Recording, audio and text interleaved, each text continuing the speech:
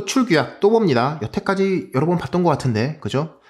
그렇죠. 깨작깨작 간만 봤던 겁니다. 이제 제대로 완성시킬 때가 됐어요. 이 지금 우리가 있는 패러다임에서는 고수준 언어의 함수 속에서 주로 인라인을 작성하잖아요. 따라서 고수준 언어의 호출 규약을 이해를 할 일이 더 많습니다. 왜냐면 고수준 언어를 주는 순간 거기에 여러 가지 호출 규약이 있으면 사람들이 막 이것저것 호출 규약을 만들고 있거든. 그러면 더 배울 게 많아져. 오히려 저수준에 있을 때는 생각보다 그게 힘들어서 그런지 하나만 유지하려고 하는 그런 경향도 강했거든요. 그래서 어쨌든 간에 이해를 좀 더 잘하는 게 좋습니다. 그리고 이 호출 규약에 대한 이해는 나중에 64비트로 가면서 크게 변화되는 것들 몇 개가 있는데 거기서 그 변화를 이해하는 데도 도움이 됩니다. 이 호출 규약들 보면은 나중에 가면 갈수록 C 데클이 워낙 큰 거고 유명한데 그게 좀 느린 부분들이 있어서 빠르게 만들고 막 이런 것들이 있거든요. 그래서 어쨌든 그거를 이제 보기 위해서는 호출 규약을 많이 쓰는 호출 규약 몇 개를 이해하자는 얘기고요. 빨리 정리하고 넘어갈 거고 당연히 여기서도 컴파일러는 마이크로소프트 컴파일러 기준으로 얘기합니다. 다른 컴파일러도 비슷하긴 한데 약간씩 달라지는 것들은 있어요. C 데클 이미 알죠? 이미 봤어요. 근데 요번에는 16비트 버전이 아닌 30비트 버전을 보는 거고요. 만약에 어떤 호출 규약들을 암기해야 한다면은 두 개는 반드시 암기해주는 게 좋아요. C 데클하고 나중에 볼 패스트 콜이라고 하는 거, 빠른 호출. 요 두 개 보는 게 좋고요. 그래서 C의 호출 규약인 거 알고 인지 전달 어떻게 하는지 다 알죠. 스택을 통해서 합니다. 왼쪽에서 오른쪽에, 오른쪽에서 왼쪽으로요. 하면 오른쪽에서 왼쪽으로 알고요. 반환값은 원래 AX하고 DX에 집어넣는데 EAX 32비트죠. 그리고 64비트까지는 EDX, EAX에 넣어준다. 그죠? 그리고 결과는 여기고 맞아. 그리고 스택 정리는 호출자가 한다. 그죠? 그러면 여기서 반환값 같은 거 보면요. 32비트, 64비트 이렇게 얘기해요. 그거 넘어갈 때 어떻게 되냐? 이런 고민할 수 있거든요. 그리고 만약에 정수가 아닌 경우는 어떡하냐? 그런 것도 있을 수 있어요. 그래서 그런 경우에는 약간 다르게 됩니다. 저희 이제 GCC 계열하고 비주얼 스튜디오가 약간 다른 걸로 알고 있는데 당연히 저희는 마이크로소프트 기준, 비주얼 스튜디오 기준으로 설명합니다. C 데클의 반환 위치가 32비트고 64비트라고 하는 거는 기본적으로 플레인 올드 데이터라고 하는 pod 타입이라고 많이 하거든요. 그거일 때를 얘기하는 거예요. 그래서 여기서는 특히 정수나 주소 같은 경우들, 주소도 정수로 표현할 수 있는 거니까 그런 것도 여기 들어오고요. 부동소수점 같은 경우는 부동소수점 레지스터에 들어갑니다. 그래서 ST0, X87 레지스터죠. 그래서 그걸 기본적으로 집어넣고 요즘 컴파일러는 ST0이 아니라 XMM 레지스터에 넣는 경우도 있다고 들었어요. XMM이 뭔지는 나중에 배울 거예요. 그래서 그거고, 근데 그게 아닌 경우들, 32비트가 넘고 64비트가 넘는 경우들, 그런 경우 어떻게 하냐? 그러면은 기본적으로 포인터를 집어넣고 그 포인터에 가서 값을 저장하는 방식으로 갑니다. 무슨 얘기지?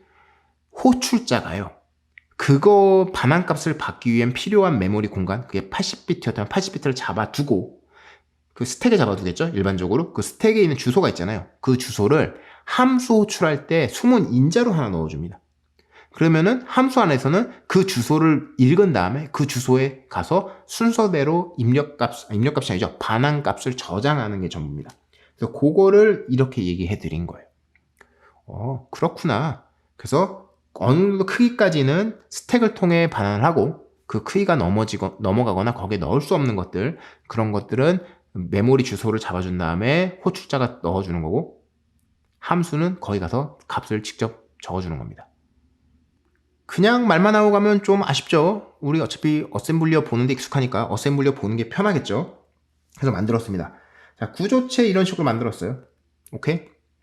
그래서 XYZ가 있는 거고 32비트, 32비트, 30비트, 96비트죠. 그래서 64비트 넘어갑니다. 그래서 얘가 하는 건 뭐야? 얘를 받아다가 얘를 뒤집어서 반환하는 겁니다. 오케이. 그런데요. 그럼 얘가 어떻게 들어와서 어떻게 반환되냐를 보자는 거죠. 자, 그러면 봅시다. 여기서 뒤집는 코드가 여기 있어요. 처음에 보면은 EVP 빵CH 8 10H 이렇게 있어요. 그러면 인자는 빵CH에서 읽어오고 그 다음이 요 다음 인자, 그 다음이 요 다음 인자예요. 그러면 그 주소는 어디 있어? 여기 있다는 겁니다. 그것보다 전에 빵CH보다 전에 그 주소가 있고 그냥 ECX에 들어가 있어요.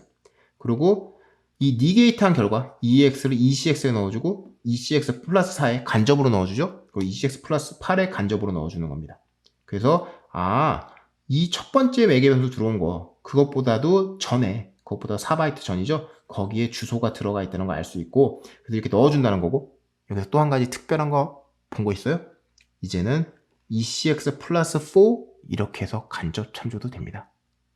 X8616보다는 어쨌든 발전해 가는 거죠. 그래서 이런 것들 자잘히 바뀐 것들도 뭐 따로 제가 뭐 페이지를 뽑아서 설명드리진 않을 건데 코드 보시면서 그렇게 조금씩 눈동냥으로 익혀 가시길 바래요. 눈썰미 좋으신 분들은 좀 전에 제가 C데크 설명할 때 하나 빠진 게 있다는 걸 눈치였을 거예요. 그 함수가 보존해야 하는 레지스터가 뭐냐. 16비트에서 C데크를 볼 때 사실 그 얘기 했었죠. SI, DI, BP 얘를 함수가, 나머지는 호출자가 해야 된다는 거. 사실 그게 뭐 C데크뿐 아니라 모든 16비트 호출 규약이 그랬거든요. 32비트도 거의 모든 호출 규약에 따르는 보존 레지스터가 있어요. 그래서 요게 함수 호출 규약을 일반적으로 얘기할 때 이 부분을 많이 언급을 안 하거든요. 그 이유는 그냥 다 같아서 그런 것 같아요. 그리고 저희도 그렇기 때문에 실습 과제에서 이거를 굉장히 까다롭게 요구하고 있지도 않고, 하지만 알아두시는 건 좋습니다. 또 별로 많지도 않기 때문에. 자, 함수가 보존해야 되는 레지스터는 ESI, EDI, EBX, EBP가 있는 거고요. 나머지 레지스터는 함수가 자유롭게 사용할 수 있고 함수가 보존을 하는 게 원칙도 아닙니다. 그렇기 때문에 호출자가 함수 호출 후에 그 레지스터를 계속 사용하고 싶다면은 알아서 푸시하고 팝하고 이런 식으로 사용해야 합니다. 뭐 푸시 팝이 아니라 그냥 스택 포인터 잡아두고 스택 포인터를 충분히 늘려놓고 거기다가 대입을 해도 똑같죠. 근데 결과적으로는 그게 푸시 팝하고 다르진 않죠. 스택 포인터 옮겨놓은 다음에 오프셋으로 BP에서 접근하는 거니까.